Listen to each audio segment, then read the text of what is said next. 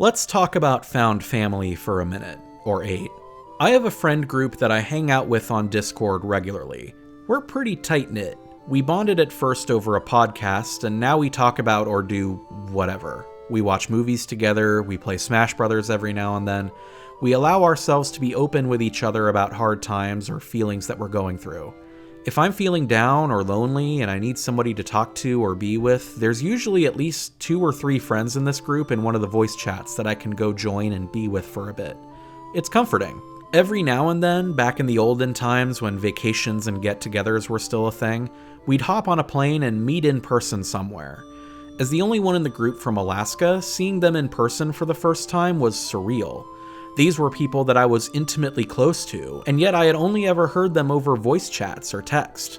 Being in the same house or car as them and being able to shoot the shit as usual, but in the same physical space, felt unreal, but also felt right at the same time. It felt a little like home. I played Final Fantasy IX for the first time a little more than a year ago, and it made me think a lot about this group.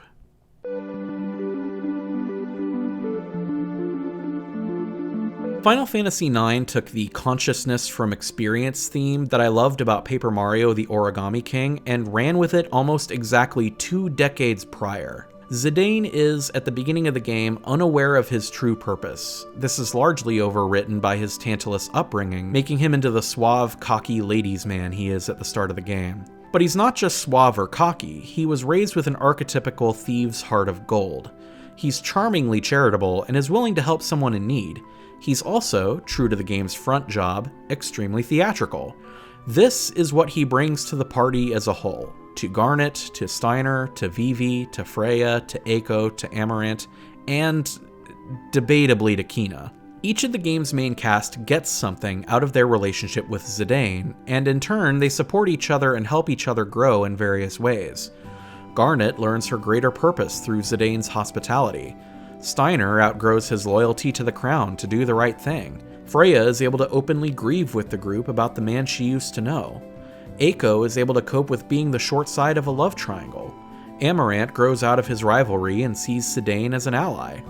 And Kina, well, Kina's able to try out new foods. Kina's a weird case. These characters are able to lean on and learn from each other. They're wonderful characters on their own, but they form an even more beautiful whole. And all of this works both ways. Zidane may have indirectly brought the group together, but when he goes into a fit of depression on Pandemonium, they're there to support him and help him through it.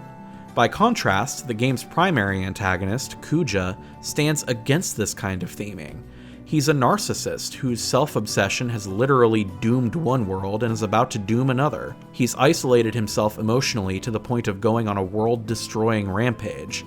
And if Zidane hadn't run back to save him, he would have died just as alone as he lived. Side note, Kuja is a super underrated Final Fantasy antagonist because of this. Like, he may not be as iconic as Sephiroth or Kefka, but his direct opposition to the game's themes makes him an extremely strong villain, I think. And here's the funny thing. This vast support network that Zidane bumbled his way into putting together, none of them are biological family to him. The 2 closest characters Zidane has to a biological father or brother are A, a mad scientist whose hubris leads to him getting punted off a cliff, and B, the genocidal narcissistic man-child who punted that scientist off of said cliff respectively. Not exactly the picture of a healthy home relationship, is it? Zidane's group is chaotic and messy. Garnet wanted to be kidnapped. Steiner spends the first half of the game chasing Zidane down for kidnapping her. Vivi just happened to be in the right place at the right time. Freya was an old connection who needed a favor. Eiko was an orphan with a crush. Amarant got framed by Zidane and followed him around out of rivalry and curiosity. Kina is just... I don't know what Kina's deal is, but I respect it. They all assemble for lots of disparate, weird reasons, but that doesn't change the fact that by the end, they're a tight-knit whole who's there for each other. They spend time bonding, and by the end of the game, they're a family. Biology or no, they're a family. This is a common theme throughout many Final Fantasy games, but 9 leans especially hard on it and focuses on it. And that's why it was difficult for me not to think of my own friend group, my own sort of found family. I can think of several people, personally, in and out of this friend group who wouldn't be where they are today without a strong support network. And sometimes that support network doesn't come from the family that raised them. It sometimes consists of classmates or coworkers or creative peers, or just people who enjoy video games or theater or anime as much as them. It's a beautiful thing to see at work, one group or another always being able to support somebody, and that person being able to support others in the group in turn. It's little wonder, then, why it's such a recurring trope in fiction, in everything from the Fast and Furious movies, to TV, to anime, to, of course, video games, and especially by extension, JRPGs. It's particularly common to JRPGs like Final Fantasy because the genre mechanics and tropes lend themselves to found family stories really well. In a game where the player is building a party and having them work together and complement each other, it only makes sense to build a story around it that revolves around these characters supporting each other like a family. And I don't think that's a net negative. It's common, yes, but that's because it's a great story beat that appeals to many people. Some that may have or need close friend groups of their own. They offer a sense of companionship and camaraderie that people want to replicate or learn from. That's part of the appeal of the trope and stories that tell it, no matter how long or never-ending they are. Why do you think One Piece is still going 23 years after it started?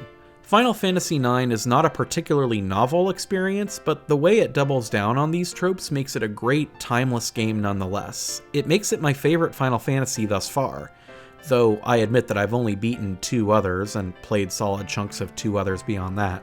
Compared to its series contemporaries, 9 uses older fantasy JRPG tropes, but that only makes its themes more direct.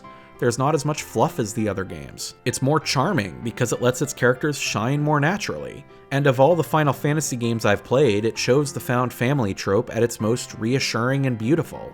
It's easily the most authentic and honest interpretation of the series I've played, and, well, that's why it's my new favorite. Be good to each other and reach out to friends in need if you're able.